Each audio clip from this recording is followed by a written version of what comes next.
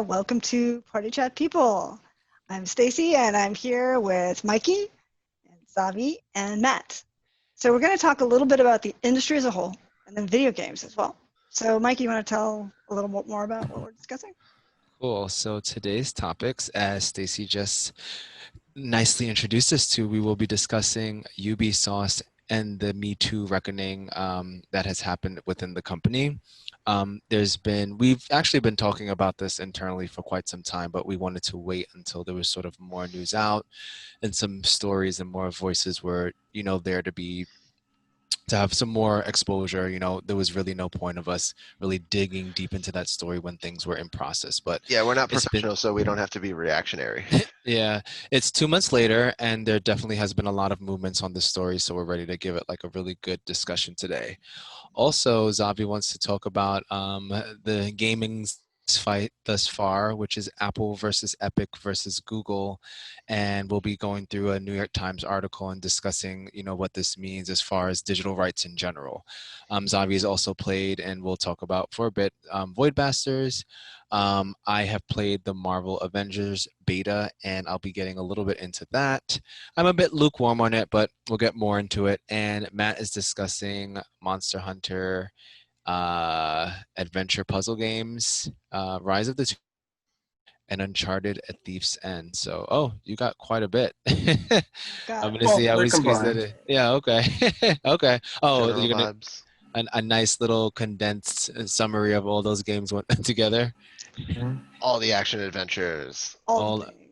all of them all the time. Well, let's not waste any more time. And Stacy, I guess, All usher us right, in. I'm up because I think that's funny. So I made this little graphic. That was me. Oh,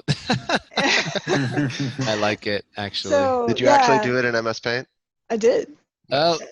I mean, obviously it's Oh. their logo. I just added the female symbol part to the bottom. Mhm. Yeah. Anyway, so I think it's a good time to talk about this. On July 22nd, they had a shareholder meeting specifically to address the two concerns. And among other things, they talked about reorganizing the HR department and editorial teams. They have a new head of workplace culture and a new head of diversity and inclusion because they have both had a lot of sexual assault allegations as well as claims of racism, discrimination, and so forth. In part, they are saying that executive bonuses going forward will be determined in part by informatics based on how well people feel safe and that the work culture is fair. So we'll see how that pans out in the future. But what they're responding to are allegations going back as far as a decade about open harassment in the office place, culture of drinking, having business meetings in strip clubs, women receiving repeated advances, including in the workplace, often being lied to, in some cases leading up to sexual assault and rape outside the office, and an HR department that allowed executives to retaliate against employees if they raised any concerns, and only offering those employees transfers to another, perhaps also troubled department when they made those complaints. One woman in North Carolina had the hilarious story of being offered a $200 Visa gift card when her abuser was fired. That was her reward. Interesting. Oh, I Yeah, just feel like it would be better to not just be like, we got him. Like we're the gift sorry. card just. Yeah. Meanwhile, those who've been subjected to repeated claims who were not the small fries easy to fire were often retained and in some cases promoted if their work or their games they were working on were successful. So finally, it ended with bringing in an outside investigator. And even this outside investigator is also known for opposing union strikes. So they're not necessarily friendly to the little guys at the workplace, but at least they are outside the company where everyone up to the CEO was thought to be at least aware that these things were going on, and yet things weren't changing. So having been fired so far this year that we know of, the biggest one being Serge Haskowit. He is the chief creative officer, and he was one of the first employees of the company. He actually answered like a help wanted ad in a newspaper at the time. Became the creative director of the whole company, and he was famous for like banging his head on the table in meetings if he was bored. or yelling if he felt Charming. like he couldn't. Yelling at people in meetings if he felt like the protagonist wasn't someone he could relate to. Zavia did not hear Yeah, I me. know, I was muted. That's how I resolve my creative differences personally, Just is yell at people. Banging on I I the don't wall. exhibit see myself in this guy. I exhibit my disagreement by just Just repeatedly, painfully. Yeah. yes. Also fired more recently Maxime Balland, the co-founder of the Toronto studio and VP of editorial. He was known to have choked a woman at a after-hours event, and Okay. at the time, his wife was the interim HR director of the office, and she's still a product director And there. that's one of the like things that are kind of overarching for these stories lately, is just like Ubisoft as a family company, and how like that's something that they've prided themselves on for a while, but like it really just starts to sound more and more like the fucking mafia. There's the dark side, right? So in Tommy Francois is another one. He was a VP of editorial and creative services. He was known to give women unwanted massages at the office and boasted about masturbating on a business work trip on a plane. Ashraf Very nice. Ismail, who was the creative director of Assassin's Creed Valhalla, multiple harassment complaints. Stone Chin, Ubisoft San Francisco PR manager, accused of actual sexual assault after many women showed text messages where he was propositioning them outside the office. Richie Nieto, Toronto audio director, known to bully and harass only the women on the team, not the men. And Yanis Malay, I guess that's the way I say it. Yanis Malay. Yeah, Yeah. Yanis Malay. Anyway, he's head of the Montreal studio. As far as we know, he didn't harass any women himself, but he knew and ignored these issues and allowed a drinking workplace the culture. So he is gone, but instead his right-hand man has been promoted, Christophe Durins, who is his right-hand man and also the cousin of the CEO. So Yay, that's still family. happening. Ongoing issues. The marketing manager for Watch Dogs Legion, Adrien Gibignet, who was accused of sexual harassment and rape by luring women into hotel rooms. Antoine Imand, who would prey on interns at the Swedish studio making Division 2, which I had thought would surely not have this kind of issue, but I guess no one's immune. And in Singapore, the employee is unnamed who has been pressuring women for sex in exchange for helping them with their intern applications. So we have not gotten rid of all the rot, clearly. It's a start. It's a Yeah. So start. we've taken out some big names, including some people that were well known to be in the inner circle.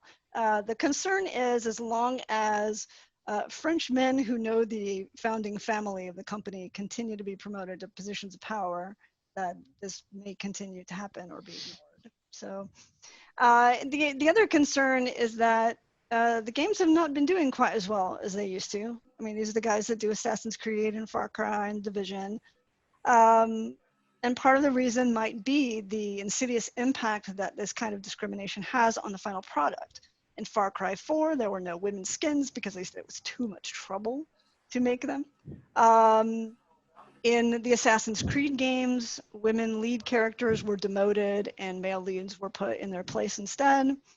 And in fact, there's still a French workers' union that's planning a class action lawsuit on the basis of all these claims. And the general fact that if women are not to be leads in your games, they're unlikely to be leads in your office or to be respected generally either. So the culture is the culture inside the games and in the games themselves. And that has an impact on the rest of us. So stock price has fallen from $80 to $70 just since the start of this year, may continue to go down as this continues. More allegations continue to surface. But overall, my concern here is that here is a very large company, large enough that Vivendi tried to buy them out a couple of years ago. And they are at no point deciding, well, I guess we better act more professionally and hire outside people to run functions like HR that we are not necessarily experts at. They're doing it now, but now is after a decade with people getting complaint after complaint after complaint and being promoted anyway. And in a way, like the trajectory reminds me of like the stories you'd hear of stockbrokers in the 80s, where it's just they arguably are successful by some combination of like skill and accident. And then they just keep running things the way they've been running things on a larger and larger scale. And like no one guesses them because in some level they're acting like a golden goose. I actually, this story kind of bothered me a lot because I'd been on a Ubisoft kick for a little while. I'd actually been getting into like I hadn't played some of their stuff in a long time, and I was getting back into it. First, obviously through Division, then I played some Breakpoint after they released the not RPG terribleness mode, ghost mode they called it, where it was actually a simulation again. And then like went back into like Watch Dogs 2, looking forward to Watch Dog Legion, and I was like, yay, Ubisoft, like they're good at this stuff. And the weird thing is that a lot of what I got out of reading this stuff, obviously there's just a stupid amount of suffering and for the the workers, particularly the women, having to deal with all this bullshit. There's also like very obvious tangible ways in which this is fucking up the games. Like it's been true for a while that like the creative malaise at Ubisoft, like the sameness of all of these open worlds and stuff that I know Mikey's talked about. And like now we basically have a single person to blame for this, it seems, which is fucking surprising and weird. Like, genuinely feel like ghost mode in Breakpoint was the way they wanted to make that game, and then this guy came in and was like, I want purple guns, I want the guns with the purple, which means that they're special and rare and all that. And like that seems to be part of this effect that this dude had. So like there's also an argument for like the games were getting shittier, and in some weird way it like if you dismantle that and actually start to encourage different voices, the Ubisoft machine might actually start churning out better games too. So Right. Yeah, that's the problem. And you have such loud voices at the top dictating policy. You're not listening to the smaller voices at the bottom that might have really good creative ideas. They're just never going to see the light of day. yeah, Yeah. and we saw examples in those stories about Aya was supposed to be the main character at some point in the development of Assassin's Creed Origins, and that was sidelined. Uh, and it was not subtle. Like it was genuinely people saying we need a alpha male, like straight white dude.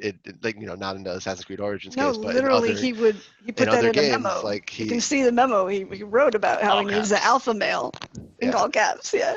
And like it's so strange because in some ways when I look at the Division 2 or some of the better parts of Far Cry 5, I think that they succeed despite that stupid direction. Like there are Mm. people behind the scenes that are like actually making some of these other parts far more level-headed and human. Mhm. And hopefully they'll take center stage now, because that's another thing that's been frustrating about that mug is so huge. That's another thing that's been frustrating about like Ubisoft is their constant thing about like not being political has been a combination of A, laughable, and B, like disingenuous as far as I'm concerned. And like the Far Cry 6 trailer probably wasn't affected by all of this because it's hard to believe that that wasn't already in the pipeline. But if you've Yeah. seen it, it's like you can't make this not political. It's impossible. And Mhm. I hope that the game's still in development. I hope that they have more creative control now to go Yeah. in this The fear direction. is it's just going to turn into a macho bullshit, Yeah. story. It does look like it could go that direction. I guess And we'll they've see. pulled their punches so many times with going like, "Ooh, this looks like it'll be interesting and different," and then it kind of feels milk toasty. Then it. Yeah. Yeah. Yeah. Yeah. So, Guess we'll see. yeah, my point is I want to give them credit for trying to improve and for actually firing the wrongdoers in Yeah. large numbers, even when it's obvious it's not going to be easy for them to regroup afterwards. So give them credit for that. But also just in general for the rest of the companies that have also been accused of things like this. It really is super time to start acting like a real corporation and stop pretending that you can run the company with your friends who are not experts on any of these problems, right? So one interesting little New York Times article that I pulled up that should be in the notes for the episode is talking about how big the game industry has become. It's made more money than books, television, than movies since the coronavirus hit.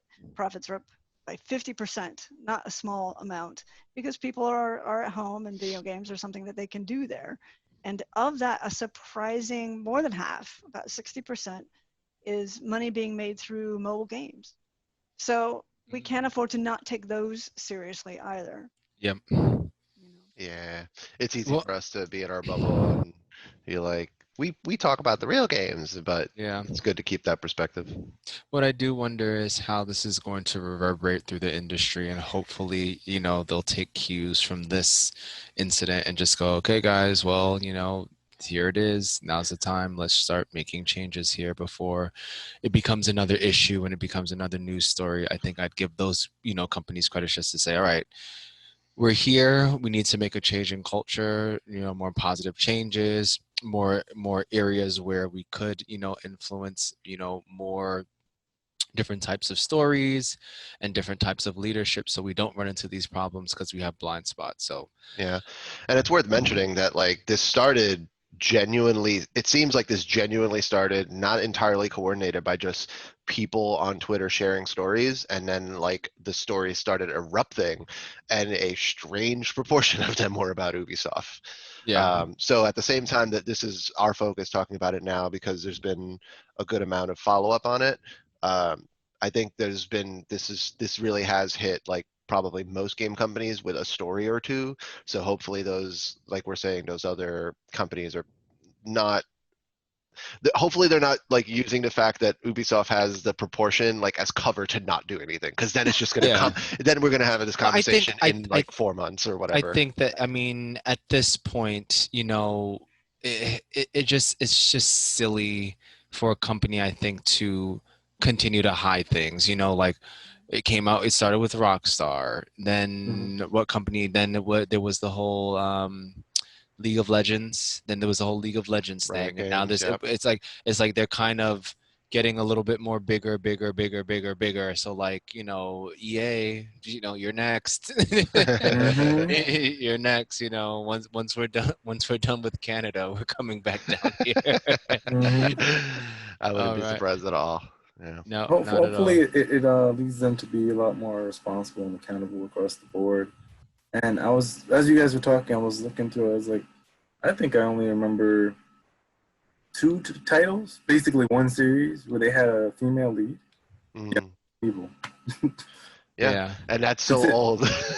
Well, Yeah. but the ones they do have, I often like. Senua's Sacrifice was really great. The Are you thinking That of wasn't. Yes. now? Yeah, that Yes. wasn't Yes. Ubisoft. The Last of no, of course not. That Either. wasn't Last them. of Us 2 is really good, but we have to look at other games, other companies' games. The Tomb Raider games are pretty good. When I was they talking do about have strong specifically female Ubisoft, leads, considering their whole situation. They only had yeah, out of 45 titles. 45. That sounds right. Yeah. One flew under the radar somehow. Someone's pet Mm, project got through. mm. I mean, I always make a female avatar in Far Cry. Does that count?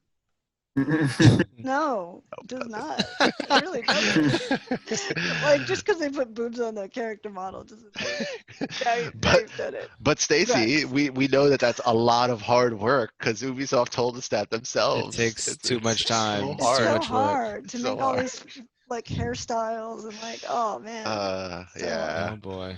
You know Well what else then. is hard? Mm. Sending zeros and ones over the wire to your phone, and Oh apparently yeah. it's worth 30% of whatever money you make off of those things. I made a Or transition. But or it could just be monopoly power. But again, we're looking at $90 billion a year, mm, and some significant portion of that has got to be sucked up by Apple with their Apple Store and their And Google with Google their with Play their Play Store. Store. And we also want to mention Steam yeah. because until very recently, it's such a dominant distribution platform for PC.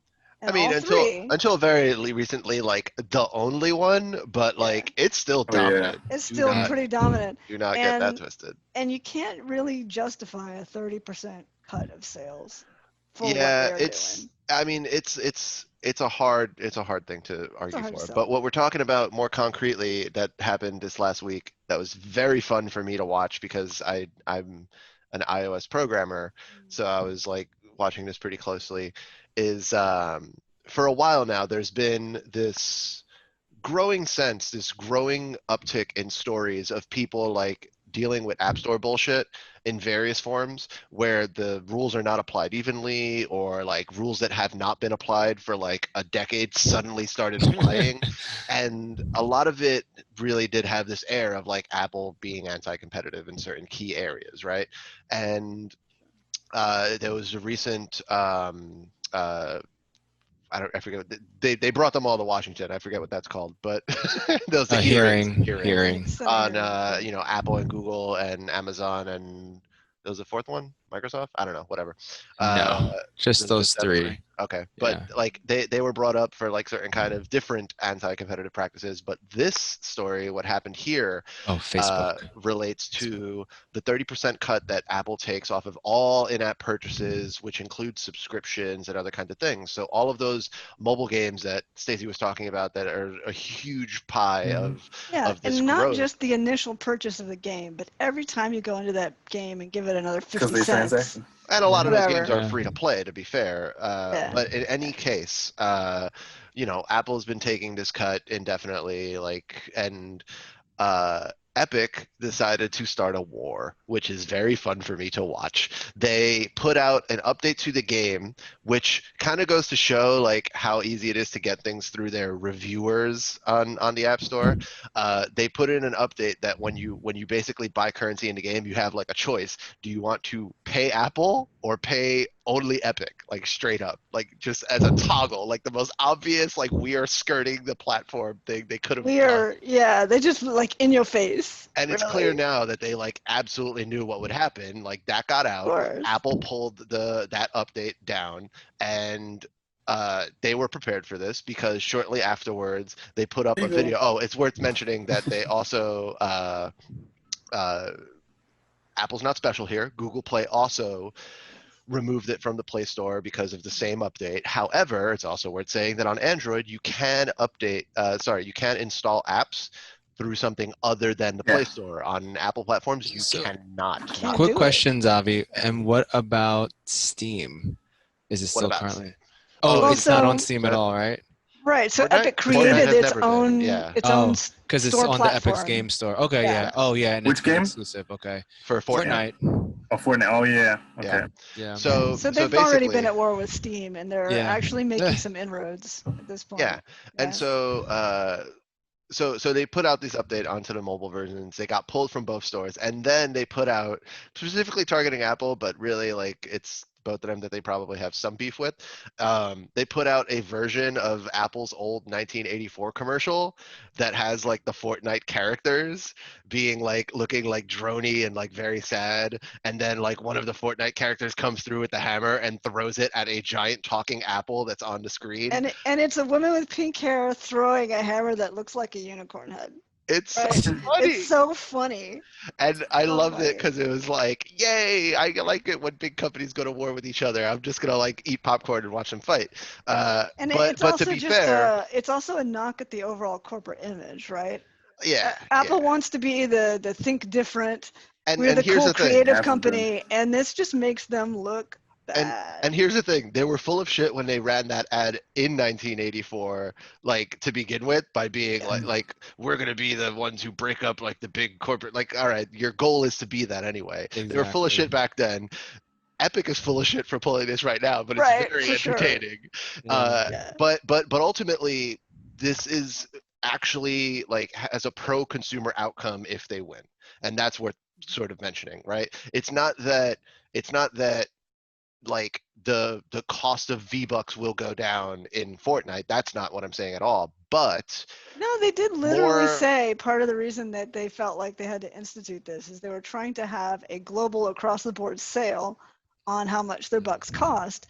And because of that 30% cut from Google and Apple, it was not an affordable thing for them to do. To have a global sale on all platforms. Okay. Fair enough. So there is an in-game. So they were trying to encourage people to even like go to their website, like log in and buy bucks that way. Right. And then they would be visible on their phone app, even though they hadn't bought them through the phone. So they tried all kinds of things. Okay. Try and get around these rules. So in any case, the what I think is more important in terms of this fight and actually like having both Apple and Google have to face some music is that these are like walled gardens that can be anti-competitive. There was an Apple game that was criticizing Apple practices in terms of the metal mining that happens in, I think it was Africa, and like Apple blocked that game because they don't want to look bad. And that sort of thing like controls an entire platform that is hugely popular in America.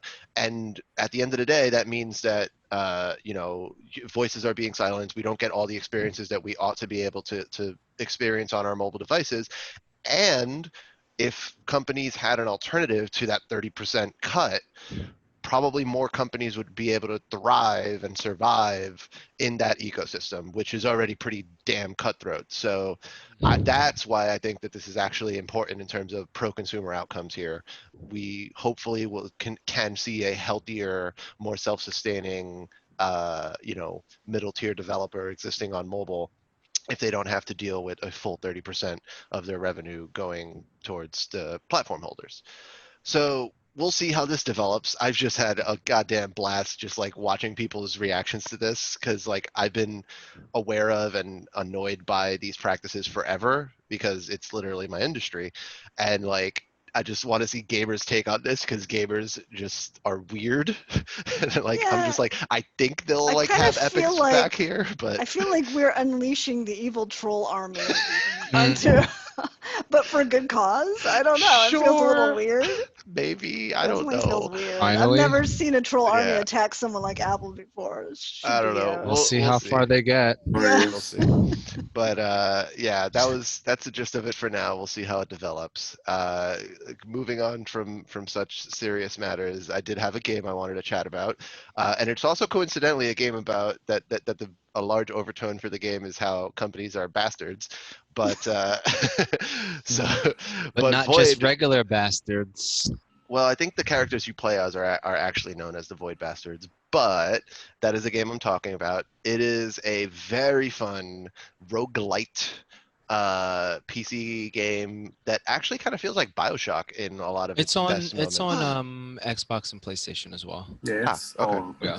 It was actually an Xbox exclusive, or at least a Microsoft exclusive, I believe, like a Game Pass thing. What's the general gist of this game? What are you doing? What's the it about? The setup for this game is that you play as a whole sequence of prisoners who are reliquefied, is the technical term the game gives you. Whenever the previous one dies, you are reliquefied in order to continue the work of the previous guy. You're kind of just trying to get out of like this nebula is the overall thing, because every ship that's in this space like is just full of deadly things that want to kill you. So you're kind of just progressing along like this linear kind of this 2D kind of map you have of like ships to your right, and you're always trying to go to the right. And then the difficulty increases as you like go down, but that's where you need to go sometimes to like find the next craftable thing that you need. So wait a minute, where do all these unliquefied people come from?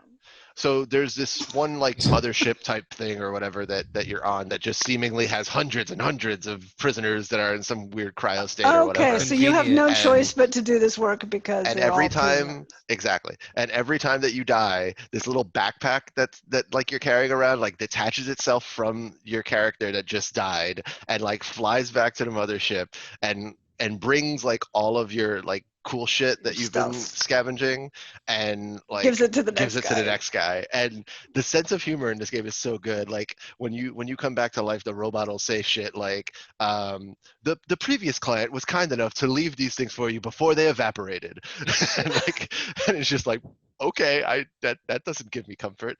But what's really at the core of the gameplay is roguelite kind of BioShocky gameplay. So you have different varieties of enemy types. Like from the outset, you have this one basic dude that will just shoot at you and he'll die in 2 shots, and after you shoot him once he'll run away and try to like be sneaky about it. You have another one that is basically just a very slow moving but still there, like kind of kamikaze type that just blows up when you get into a certain range.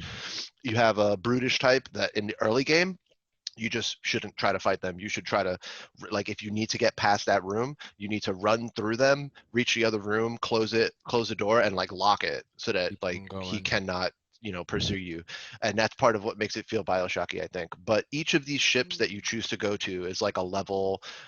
There's always like a bit of a challenge there. You're trying to make sure you keep finding enough food so that you don't fucking starve, enough fuel so that you don't get stranded, and at the same time find like ammo so that you don't run out of bullets. But you're always trying to find some kind of compartment, some kind of like pieces to build the next thing that'll make the game a little easier for you the next time around, right? Because eventually everything will go wrong and you will die. Like for example, one of my favorite ways that they actually like do a good job of compounding like environmental things for like a particular ship with like enemy types is sometimes a ship will just have a lot of smoke everywhere because it's like really beat up or whatever. And when you combine that with the little guys that blow up when you get close to them, ooh, Oh that's a no. Yeah, recipe I for. was like, okay. So like you'll be walking around and you're just like, I don't know if I should go in that room. So it's very solid gameplay. It's very funny sense of humor. I also need to mention I What the does don't art it think look you. style like? I is don't really think you I was cool just about mentioned to that. ask. because it basically looks like an 80s comic, like through It and Oh through. does. yeah, In it's fact, cell shaded, right? Yeah, it's yeah, yeah. I just looked it up. Yeah, and it's one of and the better looking like cell shadings, I really want to say, like in terms of achieving this kind of comic booky, like authentic comic booky type of thing. So there's yeah, a Oh screenshot wow, of it, right. and you can that looks see great. like, yeah, it's one of these games that like really looks amazing in 4K because of how good the line work stands out. Yeah. Hmm. And like it doesn't require crazy processing power, so you can actually play it at 4K pretty reasonably. But Yeah, there's something extremely kind of fun. wild about being able to walk through that environment in 3D. And Yeah, it I'm feels definitely gonna look at good. a video again just to see what it looks like in But And more. I it's definitely super irreverent. Like there are these little guys that just curse like sailors Yeah, they're when so they get mad at funny. you. Like if they whenever like if they find you, because a lot of times you're trying to sneak around, they'll literally out loud go, "Found you, cockfag," or like some shit like that. like And it's like just like, just what the fuck? random bad words strung together in Strung ways that don't together. really make sense. Yes, Right? Yeah. Yeah. it's kind of adorable. But the last thing I want to mention is that's really nice about the art style is that it actually it's not just that it looks really fucking cool. It also the clean look makes it so that like the important pieces of information really like rise to the top. So like if you're in one room and the adjacent room has enemies, very often you'll see the little like comic book style tap tap tap show up like near the Mm. door that it's like, oh, there's an enemy in there. And because of the clean look, like those sorts of bits of information are very like front and center, and it becomes a very parsable game, and eventually, because you always have like oxygen levels that you need to keep an eye on, you start just moving through the levels at like a Yeah, decent it's clip, and almost it like really hits a there's flow state that's really good. it's almost like Mm. there's a text narrator that's pointing out what's interesting and important to you. The Right, same like a way a Oh, comic. comic cool. book would have like little bubbles appear and Ah, okay. Starting to get it now. Okay, cool. Yeah, so that's yeah. Void Nice. Bastards. I like it a lot. I look forward to playing it more. Oh, cool. If only you Perfect. can find someone with hair that isn't terrible. Apparently futuristic hair is just like intentionally putting bald spots in or They're mullets, prisoners. Well, they're It's supposed to be prisoners. Yeah, they're fancy. prisoners. sure. They don't Like, have access to a nice stylist. no, just some mean guy that like just shaves a line across from it for no reason. Well, since we're doing the greatest segues, talking about appearance and skins and different hairstyles, I quite enjoyed watching Hulk dressed up as a Russian gangster with his purple sweatpants, wife beater, Oh no. chain link bracelet, glasses, and buzz cut. Very interesting type of Hulk, and I would, yeah, it's great. And no shirt? Is that No, he has on I a wife said, beater. like, He has oh on he a wife doesn't want beater. Hulk yeah. doesn't do shirts. I don't approve. yeah. I The don't know. I think in but this I case I'll make an exception. but I am talking about Hulk and Marvel's Avengers. So I have been getting into the beta, and it is quite interesting. I do That's not like an it. evaluation. Yeah. I do like it. I definitely think it needs work. It's definitely what people have been sort of alluding to it being, and it's like basically a Marvel's Melee Destiny. So as you start out the demo, you do the A-Day mission that we probably, if you're not familiar with, the game starts off with the celebration of A-Day. So it sort of plays off the continuity of the movie, the MCU. And Taskmaster gets, with the help of the AIM organization, attack San Francisco. And during the attack, they basically destroy the Golden Gate Bridge. People are killed. There's tons of destruction. And the government just says, you guys need to disband yourself. So the Avengers have disbanded. Skip a couple of years ahead, and Kamala Khan, who is the new iteration of Miss Marvel, is trying to get them back together. So you play that A-Day mission, which gives you a peek into basically all of the 5 main characters: Thor, Iron Man, Hulk, 6, Captain America, and Black Widow.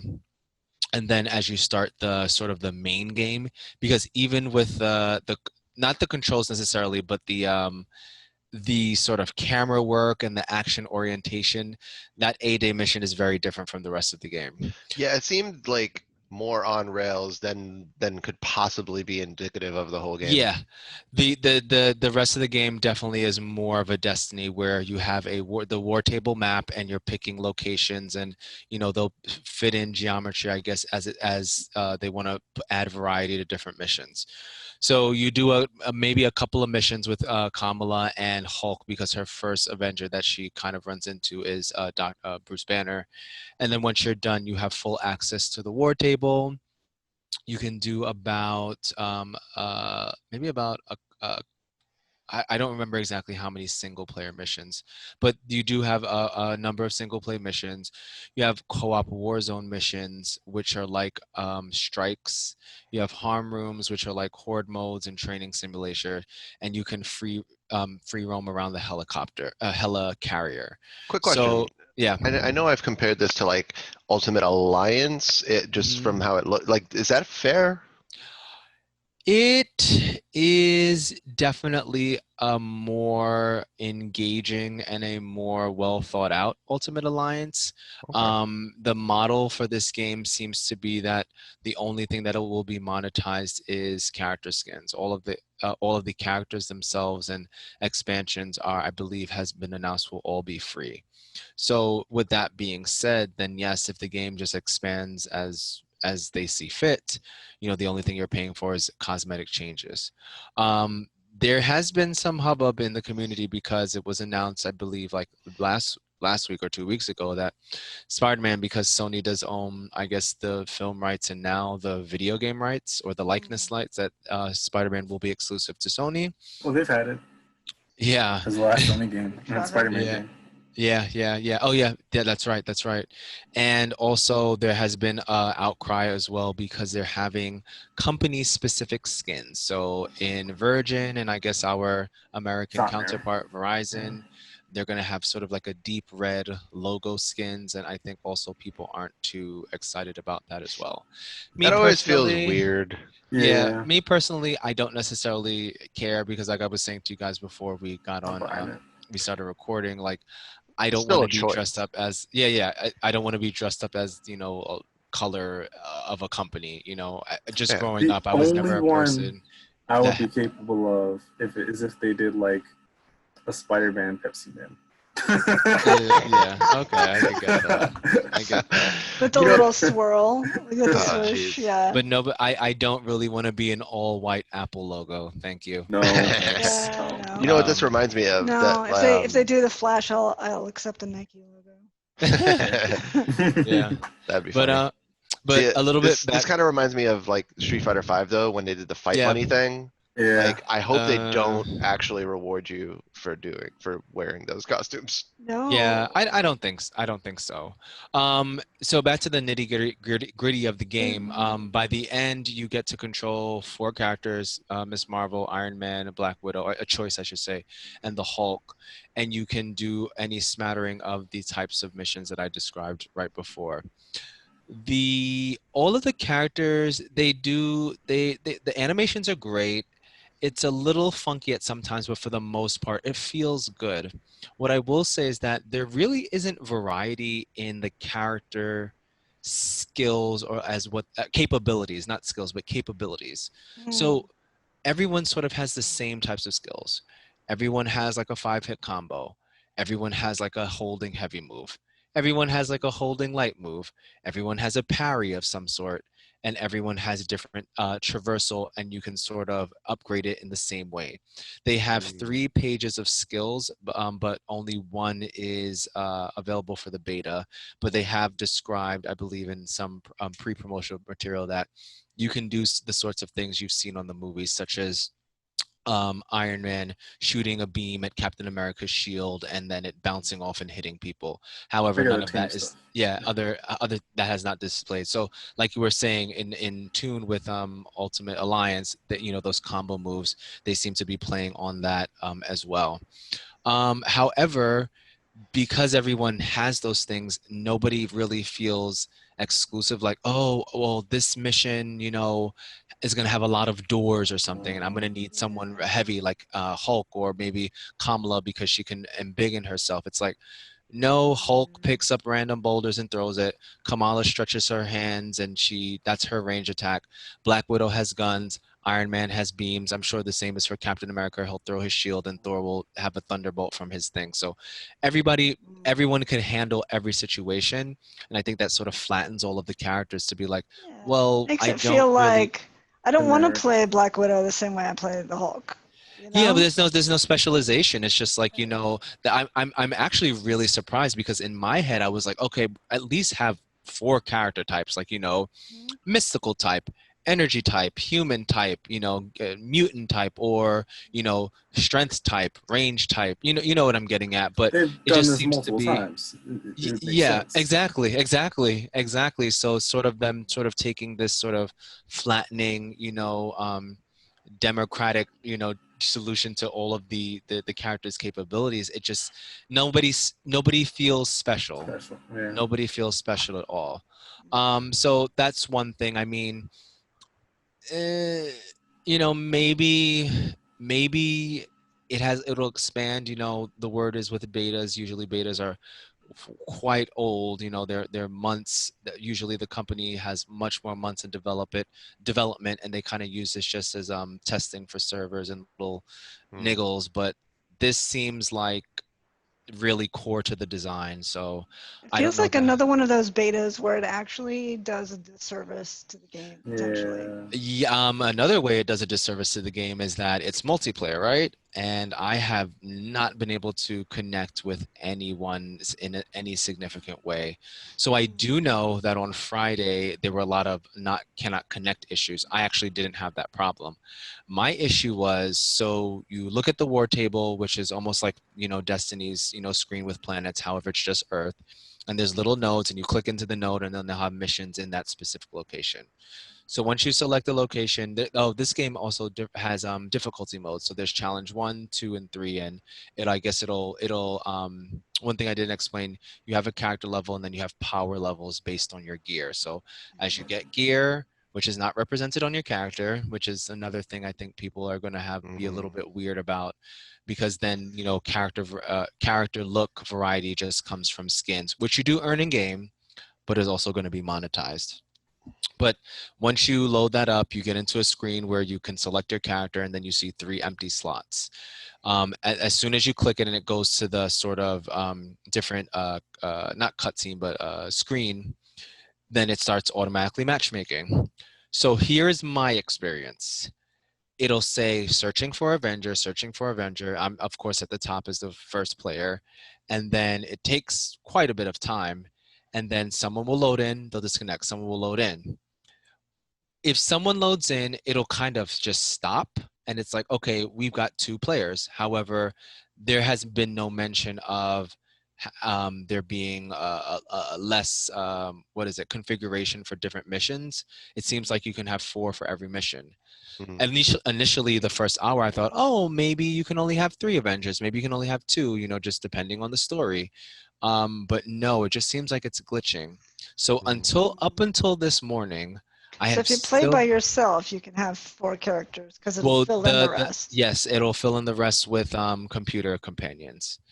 But if So you up actually go online and try to connect with other people, you're it not going to get it. it has not been working for me. So up until this morning, I have not been able to play with 4 people.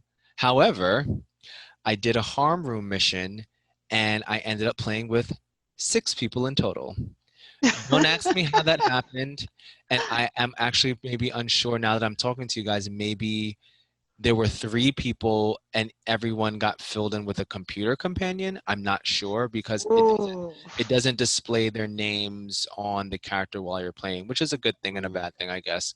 But yeah, I ended up doing a harm room mission, which is just like equivalent to the X-Men's Danger Room, with two Hulks, 2 Kamalas. I was Black Widow, and 1 Iron Man. And it was quite interesting. It was quite interesting to see 2 Hulks and 2 Kamalas running around. That's an unfortunate problem that we're going to have to get around because they have announced that you can only be 1 character per mission. So and you do build up your character. So I really don't know how they're going to work out people playing as Well, do I you really like select your character before you enter matchmaking? you do. However, but what if you like Hulk and you've played with Hulk? It kind of just makes you replay the game over just as a function to level up characters so that you can, play Yeah. different characters when someone's using your Just character. And there's sounds no differentiation. grindy and punishing. It sounds it doesn't sound well thought out. It just doesn't sound well thought out. I do Sounds like get that they Square don't want Enix to have trying to do copies. internet. Yeah, I do understand that they don't want to get Man, copies, it's but somebody first said, guess. what happens when Hawkeye comes out? You really think people are just going to ignore playing Hawkeye? Or is Right. everyone's going to be queuing up as Yeah. Hawkeye and Spider-Man and just like, well, we already have a Spider-Man. Sorry, you got to play old Hulk who's been here from day one. So I really don't know how they're going to get around that problem. I guess it'll be a very friend influence game where like, okay, Zavi, you like Black Widow, so you'll always be her. And, Stacey, you like Iron Man, you'll always be him. And, I guess when all the new characters out, I'm going to use them first. And then when I'm done, you guys could play with them. It kind of makes it kind of silly in a sense. But, Yeah. yeah, I don't know about this game. I don't think I'm going to purchase it at launch. I might just purchase the version for the next generation of systems, let it wait out a bit. Like, the bugs are insane. Is there a comment system because it's a beta? The only system they have on the game is, they've been doing the Ubisoft thing where it's like, oh, okay, from a rating of 1 to 5, do you like this mission? That's it. But they That's have lazy, they do man. have a they do That's they like do have a Reddit. They have a Reddit, and people are posting bug fixes and comments and concerns and anything that I think would be. it's pretty sad that you have to outsource to Reddit actually telling Yeah. what's wrong with their A game. lot of people do it. Yeah. She I should mean, post on the Reddit. it's it's funny. Like now that I'm talking with you guys, I think sort of my sort of feeling on the game is starting to settle and I mean, but I think even from playing it, I'm just like, this doesn't seem like it's had the best of chances so far. So I'm definitely going to give it a wait. It does come out September 4th. So, sites are issuing previews, they're issuing beta impressions. If this is coming out in a few weeks and you can't get a Yeah. 4-person team together, that's a bad sign. Yeah, I mean, hopefully this will inform their netcode issues and they'll get it ironed out. But it definitely was rough, excuse me, when it came to multiplayer. That being said, I think that's about it for it. I don't really have much more to say on it, as It sounds like somebody needs to share on the Reddit. Here's a good example, and just post Lego Avengers game. Yeah. Nice. If you can't even match to that.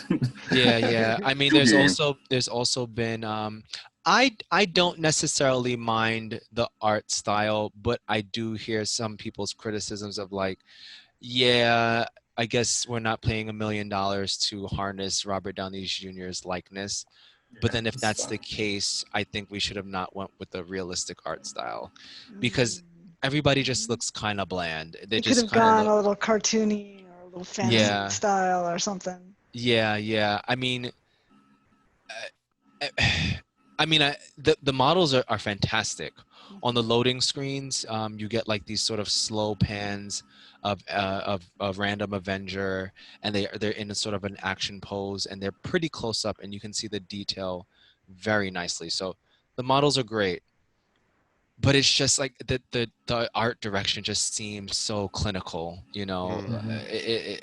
It needs a little bit more, especially. And you were asking me earlier, about Ultimate Alliance, like the most recent one that came out for the Switch.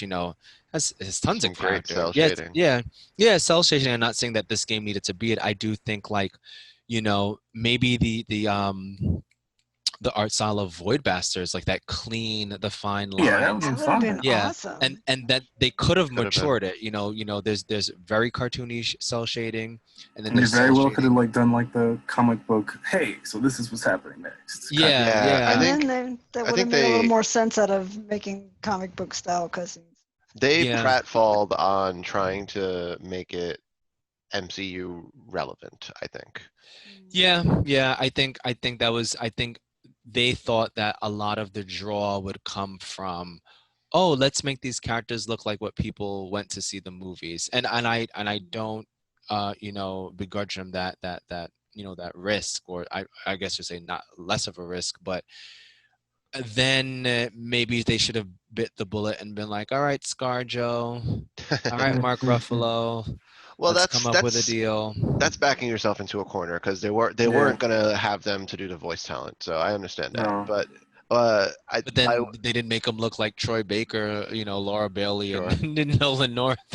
by Not that by they way needed of to, but yeah Mm. by way of segue though, when you were talking about the different combat styles, I actually was thinking of one of the games that Matt was going to talk about in Monster Hunter, because Monster Hunter is a game where you can tackle every mission as any of the But different yeah, weapon it's types, very but comparable to Monster Hunter. they They're feel very very different. unique. And Yeah. Yeah. yeah, so like that I feel like having not even played the game sounds like it's a bit of a standard as far as like Mhm. variety of gameplay and how it feels different when you actually make a team up out of those things, but I guess they just didn't crack that as far as applying it to the Avengers. I don't I know. think that's just a lot more work than Yeah. saying we're going to I, just set up a button scheme that works no matter who yeah. you're playing. Well, Oh, for again, sure. again, there's two different skill pages that we do not have access to. So Mhm. let's see how that varies the combat.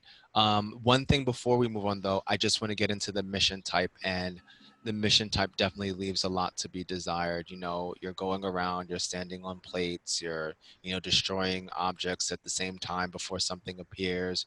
You're beating big enemies, you're beating small enemies.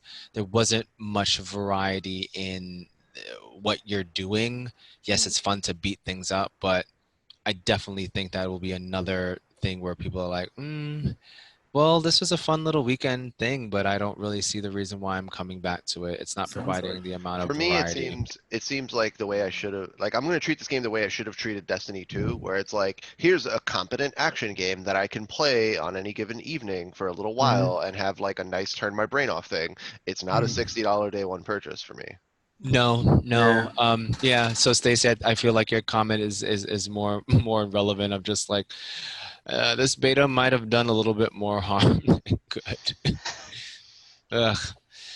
But And go ahead. So tell us no, I was gonna about say good variety in combat, it, Matt. it has comparable elements they could have a lot pulled from other games, like even just talking about Monster Hunter. Because Monster Hunter has a similar aspect to Destiny, where you have like missions in different areas. Yeah. You're not focused on specifically. It's not the same in that you're focused on. You need to do all these things. Just Yeah. you have to go do this thing. They put some brevity or some level of importance on certain missions more than others, but Yeah. you always have the feeling like I can sort of push this one off and then go do this other mission with my friends. Yeah. But if they had pulled from a variety of games, they pull from make it better. And I'm sorry, I'm still talking about your topic to transfer. Yeah. if they had, it sounds like if they offer, say, like even just 4 free skins each character, and a slight change in how they, the meta game and how they actually act, it would be more interesting and allow them to play 4 characters during one mission. So like, say everyone wants to play the Hulk, you can say Red Hulk, or we're gonna have the Banner Hulk. Yeah, that would be funny. She-Hulk, and you can play all these different ones, and you want any other customs, then you gotta pay for that. But these, it's a slight meta to how they interact with the world, but they still generally have the same thing. Well, what I can see for that is like the harm rooms, like the danger room. Then this is like a digital, virtual, whatever training room. Go nuts in there. But I think it does look a little strange when you're out in the world and there's 4 Black Widows. They look the same. Yeah. Let's go save the world, Natasha and Natanya. Yeah. I mean, they could push the next series, Natasha and her sister. One of my little pet peeves actually is when you have multiple of the same character on the screen and you're actually not quite sure which one's you anymore. Yeah. Well, as I said, not all the skins are monetized there, at least with what they actually give you money to go through like the season run or pass or something, and you get different colors and different variations and stuff. So and remember, we're mining decades of Marvel, lore and costumes, and even though some creators it's still post game monetization. Yeah. Even though some some characters were created, earlier than others, they were still like different versions, or they can, retrofit like different eras back into what they were. So, yeah. But you get the same kind of thing in Monster Hunter, like especially early on now, because they've. Monster Hunter has a kind of a hill to starting the game. Yes, a hill, a mountain. So many aspects to it that you have to that you kind of get used to. Here's 12 weapon types. Which one do you like? 13, exactly. But they all act including differently. things that you've never heard of before that make no sense.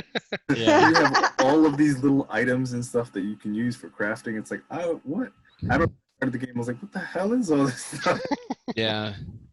Because I hadn't played another Monster Hunter game before. My friends got me into it because they're like, oh man, this is great, and we want more people to play with. I always get this picture in my head of somebody with this giant backpack, and then it's crafting time, and just dump the whole thing onto the floor, That's and what it there's feels like.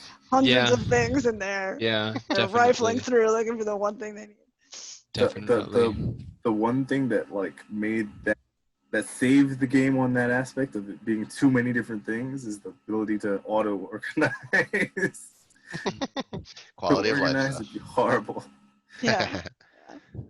There's so many items, and but I like how fluid it is with being able to connect and play with other players. That's like a crucial thing, because if you start getting to where you're stuck in a portion of the game where you can't beat a monster, you're bored of it, and you can just be like, all right, well, you know what? I'm just gonna set a generic armor set and just go help people on SOS missions where they're having trouble. Yeah. And while I'm doing that, I can get materials to help me build some new armor that might actually help me with the newest mission. Yeah, definitely. Have you, I guess, tried? I think they released 2 new monsters recently. That one has been super challenging, and the other one not too much. Yeah. However, the game is so big and so long. I am not there yet. I see. Okay. I think I had talked about them on a previous episode already, so the audience already knows, but I guess you'll get there when you do. I'm almost 200 hours in. I'm Dang, man. 10 or something? So 15. There's a lot of game to this game. When did you start playing Monster Hunter? This year. Oh, wow. Okay, so you're a new player. Yeah, I'm a new player. Okay, I didn't play Monster Hunter before World. I dabbled I've tried to play the 3DS one with a friend, and I was just like, whoa, this is way too antiquated. So that didn't last very long. But World, I was there from the beginning. I think with the changes they made, that just making it way more friendly.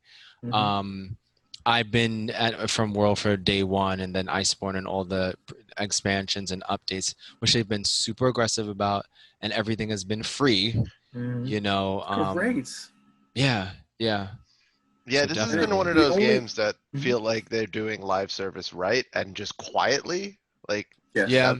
Yes. Entirely. But they've been doing, but Monster Hunter traditionally has been like this. Yeah. So I feel they that's just the way the game was. It's like, hey, it makes no The ropes sense are for us to fetching. lock monsters behind a paywall because Yeah. the name of our game is called Monster Hunter. So that kind of doesn't make any sense. And I think that's what they are in Japan. It's like, well, they're gonna pay for every monster. No, It's like the it's Hulk. just gonna Fight ruin Big things. Monster. Yeah. Yeah, definitely. But it's interesting, like how the only like microtransactions, like with the other game we're talking about, was really mostly skins and like comfort elements of the game. It's like, oh, I want to do this other cool, have this other cool thing in the background. It is not at all like affecting my playstyle or my ability to play the game. It just makes it more interesting in some. Yeah. Yeah, definitely. It makes it a really fun game. I've enjoyed it, and the changes they've made since day one were crucial to really like bringing more people in the game and keeping it fluid, because the defender armor and weapon sets really allowed me to like level up extremely quickly. Because some of my friends were like, "Oh yeah, you just started playing. How are you fighting this with me?" Yeah. So I think so those I think the sets that Matt just mentioned, only I think earlier this year they sort of ushered in like a set of weapons and armor that had like a little bit more armor or a lot more armor, just to make it easier for players, I think, to catch up to the expansion for Iceborne, because it was just like, all right, to do that you would have to grind so much and you have to get past a lot of these skill checks that I think they're like, we just want everyone on Iceborne and you can figure it out from there. So I did hear from some new players that like, oh my god, thanks for that armor set, so we can kind of move things along. Yeah, because otherwise I would have spent waste a ton of Lots of time. I wouldn't say it's waste. I wouldn't say it's waste. But you definitely would have to spend quite a bit of time. Yeah. Would the design of Monster Hunter have allowed for something like what Division 2 did, where you just optionally could take a character and make them level 30, like immediately, if you wanted to do the expansion content? Because it sounds like it's a different. You can mod for that on Yeah, computer. actually, so Matt, you don't know this yet, but yes and no. So a funny thing happens when you go to Iceborne. So typically in Monster Hunter they introduce something G rank, but I guess for the nomenclature for Monster Hunter they just call it Master rank. Yeah. So you fight one monster early on that is super hard because the armor rating is just different. It's just a new class. After you do that monster, you basically get enough pieces to like start making some sense. Pieces to start making some sets. And once you do, you see a huge difference. But it's literally one monster. So it's not like you're gonna be like, oh my god, this game is so hard. 5 monsters in. It's the first monster. You get a couple. No, I started that. I'm an Iceborne. Okay. Yeah, So a simple little like. Does it okay, still feel like you're really aided by having a friend who knows what they're doing, coming in and helping you at the beginning? It helps. That seems inevitable. I think it would just take me longer to get to the point where I'm at without having that already experience of the game. Because I would have had to just either look a lot of stuff up or. They didn't help you. Those are bad. No, friends, they helped me, but they left some points where, like for instance, the aspect of wall bashing monsters to get used to doing more damage and playing aspects of the game. They just do it and like explain it as they're doing it, and some things they leave out and be like, figure it out. Yeah. Okay. Yeah. That's fine. That's good. I think there's definitely a sense of learning and discovery in Monster Hunter that I think, and this is not like a get good thing. It's definitely just like, if you don't like learn this skill, there's no amount of me. Well, that's the fun, right? That was what was missing from all of the main line of Destiny 2 for me. It was like, I know how to point and shoot stuff. I'm not learning anything new. And then that's all in like the end game stuff, which is, it's already boring to me by that point. But that's a different tangent. Gotcha. Yeah. Cool. But Matt, you've been playing a whole bunch of games, right? Yeah. Yeah, I've been playing a few games. And I like action adventure series where you kind of can rush and go and learn different things like this. And it also brings me to like playing puzzle games. So one of the games series that I tend to like the most are like the action adventure puzzle games like Tomb Raider and Uncharted, and there's a lot. Those probably older than a lot of game series out there. It allows me to kind of just relax and not worry about, oh man, I gotta beat this person or kind of rank up. There's an exploration aspect to it. But the funny thing when they try to make these games complex, because there's so much history to these games, they can't make it as simple as, oh, you just have to, the struggle is just jump here, or the struggle is jump here in a sequence, or just reposition your, like the old Tomb Raider, where the struggle really was the lining up a single jump. Very real. That was the struggle. I actually see the feet going like this. I won't lie though. I actually obviously like some of the difficulty in the early Tomb Raider was literally just like we hadn't figured out better control schemes and all that stuff. It was control. But I actually I don't know. but I actually like that pace of game. There's an old Super Nintendo game called oh no, I'm blanking on the name. I can't remember. But like it has almost like Abe's Odyssey, like where like you have to line up every jump and it's very careful. It's almost puzzly in that way, which I might relate to what you're kind of getting at here. I like that pace. And a lot of like Uncharted and other things, they make it all like way faster. Sometimes the new games kind of fall into those paces. I like how they orient it to make you feel, oh, I need to just kind of keep doing stuff, right? Falls right into the, just keep doing this thing. The only struggle is really making sure you're lined up just right. Yeah, Uncharted in particular, like guides you pretty well. Yeah, and it actually has like that like sticky. It has like some sort of stickiness to the climbing mechanic. I actually want Stacy to try one of them as like her next thing, because she's been getting used to like controllers, and I'm just like, oh yeah, Naughty Dog games like the Uncharted series in particular would be a good one, because like she has mild panic attacks when she's doing platforming, and the stickiness True facts will be like, you know, it'll help. Reassuring in some ways. Yeah. I think they have the collection and you can go through. I believe, but to me personally, I think 2, 4, 3, then 1.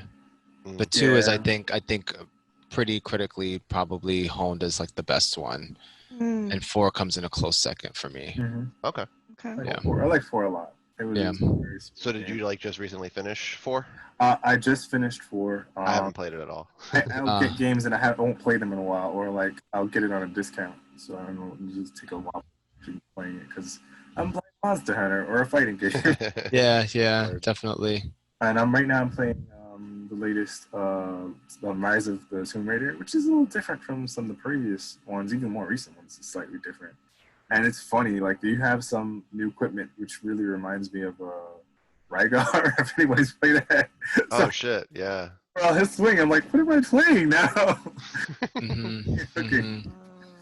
I think that's the strongest one in the new trilogy, Rise. Yeah, that's the second one, correct? It's pretty solid, yeah. No, I thought you said you were playing the Shadow or Rise? I'm playing Rise. Yeah, so the second one. I thought I said Shadow, but I'm playing Rise. And the funny thing that they all, to like, in some way fall into, they want to make some really complicated puzzle, but it's like, under the circumstances of the story, it almost doesn't make sense. Oh man, they use this technology, that's more modern technology, to make this elaborate thing to save this money. Right.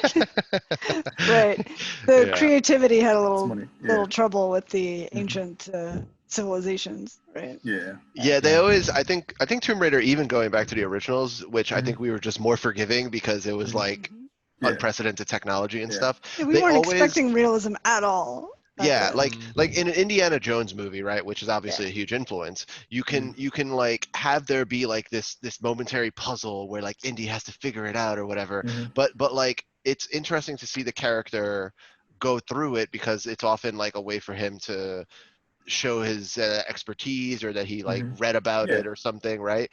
I think Tomb Raider has always struggled with like reasonable and like sensical in the context of the story, Traps, like yeah. pauses for these puzzles, because it's not like you have a part of the game where like you actually learn about the civilization which ends up informing a puzzle or whatever. It's all super gamey. That's unfortunate on a way too, and it because needs they're to losing get it. more elaborate over time, it feels like. Yeah, yeah. It It does feel always- like they missed some opportunities there to actually Yeah, investigate ancient cultures and include that information. like a more holistic design of like, oh be well, we nice. worship They the sprinkle sun and some. like They sprinkle all some of in there. Yeah, a but little, it's but I never think it's so far necessary. removed from the It puzzle is, because you go in very the much. tomb and then like, oh, here's this puzzle and nope, and then has nothing to do. it's It often like, mostly just serves a pacing purpose. yeah, and it's often like, oh, no one has gone in there because we can't handle it, so we don't know anything about it. So you go do it and figure it out for the first time, and it's Right, like, and oh, it's okay. Meanwhile, you like- find a modern gun part. Exactly. Yes. It is a little weird. Yeah, it definitely feels Yeah. like we want to establish the authority of the main character. Like, Mhm. there's a reason why everybody lets them into these places where there's very valuable objects that nobody else can get, right? Mm. Trust me, Like- I'm a white woman. Presumption of innocence. Oh, I'm Yeah. sorry. Did I take your holy relic? Oops. Sure, I'm Right, gonna take you I to don't this think- thing. I don't remember Rise having too much of a problem with that. The third one does though. The third, like Yeah. Shadow, like I Because was there were like towns and stuff. exactly, Yeah. and Yeah. like I was like 2 hours into Shadow, and I was just like, this bitch just takes whatever the fuck she wants. Yeah. I remember our discussion about that, but I think you lined on that and I aligned more on that, and I said, well, they kind of made it available in the game, so it's just like it was weird, but it was just like, It is Okay. like little narrative dissonance a little bit. To be fair, like the reason that bothered me was because of how real that town felt otherwise. yeah, Like the yeah. people were just hanging out, having their own conversations, and it felt like, hey, these are real people. This is cool. And then I was just You start allowed taking to their break stuff. into someone's house and His take their house. shit. Yeah, And I yeah. was just like, Mhm. what is this, Zelda? Like, Right, and nobody minds at all. No, yeah. Yeah. no. That, not that, at that all. happened in the Rise, because there's Oh this yeah.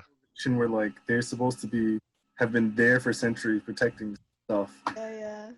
Makes These me other miss people that classic attacked her Fallout, where you take are people's trying to come stuff and take they this like stuff, whole and they're like, town- "Oh yeah, we'll whole let town you goes take it down. because you're helping us against these people." What? Yeah, yeah, You trusted it too fast. yeah. Cool. I think it'd be great someday to have a version where like she takes all the stuff and goes and does the thing she's supposed to do, and then she's coming back and the town's like, "What did you do, lady? Why? We gotta That would be chase an you down appropriate now because twist. you have all our stuff. Yeah. Yeah. You better, The plot of run the now." next Tomb Raider game should basically be like Killmonger from the Black Panther movie doing that same scene where he shows up at the museum and Uh-huh. he's just like, actually, this is all our shit. And then like Mhm. she starts chasing him down, but like halfway through the game, she realizes that she's the real monster. Like, Oh boy. The original cultural appropriation. Tomb Raider. Tomb Raider. Oh man. Well, Well, all right. I think we're largely done. But actually, I just remembered I need to do my usual PSA and nag Mikey, but also Matt plays fighting games, and a game that I really like, Fantasy Strike, went free to play a few weeks ago.